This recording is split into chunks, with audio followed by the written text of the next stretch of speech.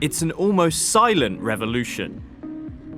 Electric bicycles, or e-bikes as they're better known, are exploding in popularity, accounting for over 12 billion euros worth of sales in Europe last year.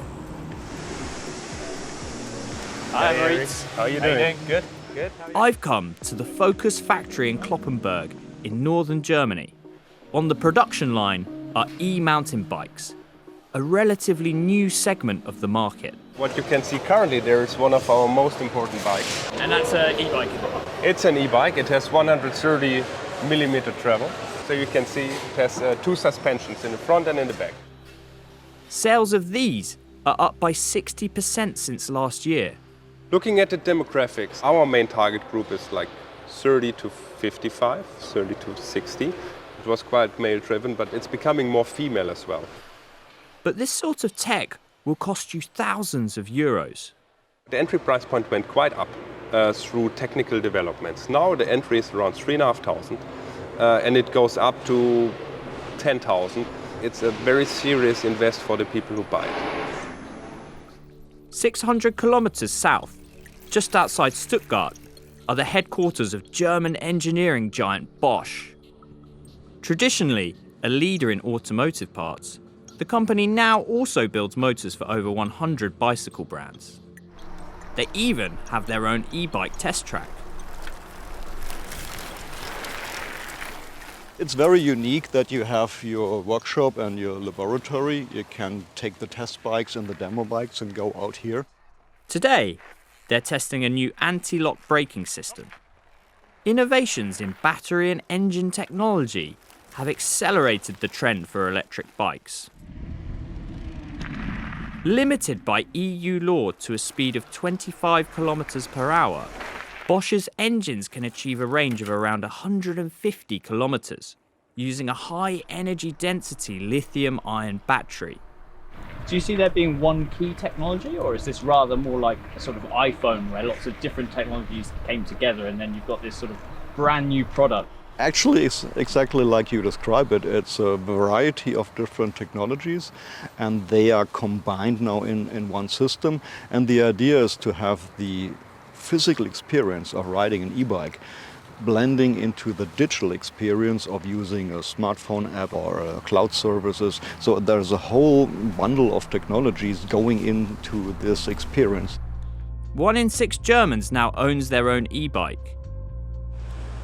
But in the small city of Vector, in Lower Saxony, that figure is even greater. Vector ranks 3rd for e-bike penetration in Germany.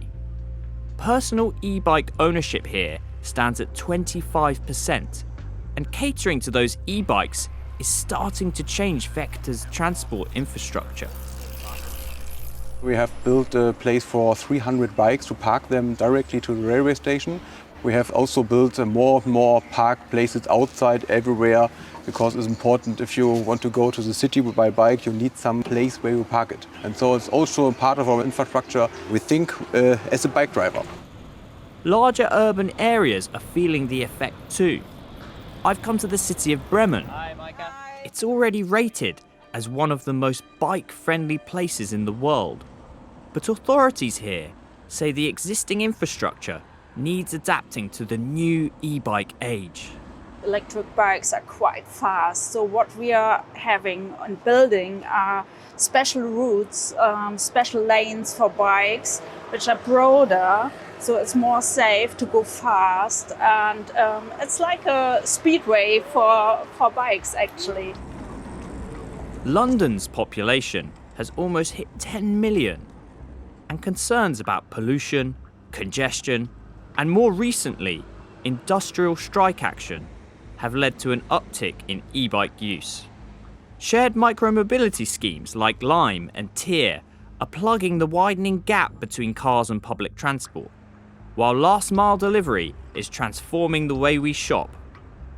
The rapid delivery market quadrupled in size in 2021.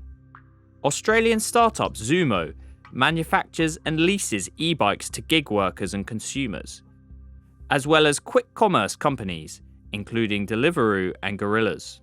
People today are Amazon Prime natives. 2-day delivery is not enough. Really, I want it in 15 minutes, and the best way to do that is to have a micro-fulfillment center in a city and a fleet of e-bikes ready to deliver whatever it is you want. Amazon started trialing e-bikes in New York City, which is taking more and more vans off the road and replacing them with these light electric vehicles. When you start to take these big vehicles off the road, you reopen the roads to what kind of they were essentially meant to be used for, which is not cars, but it's for human activity. Other parcel delivery companies have tapped into e-cargo bikes as a way of navigating densely populated urban environments. FedEx is trialling e-bikes throughout Europe and Canada, while UPS recently unveiled its e-quads, battery-powered, ultra-slim, four-wheeled cycles that don't pollute or get parking tickets, and speed past traffic by using bike lanes. The advent of e-bikes has made cycling an ever-increasing part of our future. But in a way, it's also a return to the past. We've been through a century, really, where we've given over our cities to the motor car. We've designed most of the infrastructure for motor cars, and we've been in total subservience, really, for an awful long time.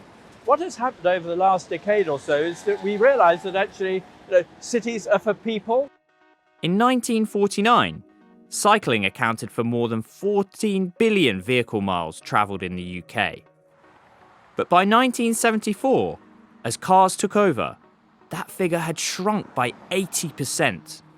I would like to see the period when we were so dominated by cars as a blip in history, really. It takes time to make these changes, but all around the world we are seeing this shift from car-dominated cities to cities where they're designed much more for people.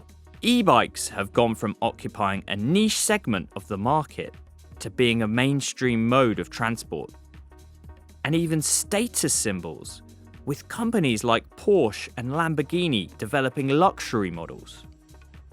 With purchases projected to hit 40 million next year, e-bikes are now outstripping sales of electric cars in Europe, the UK, and the US. And in the process, transforming the way our cities function.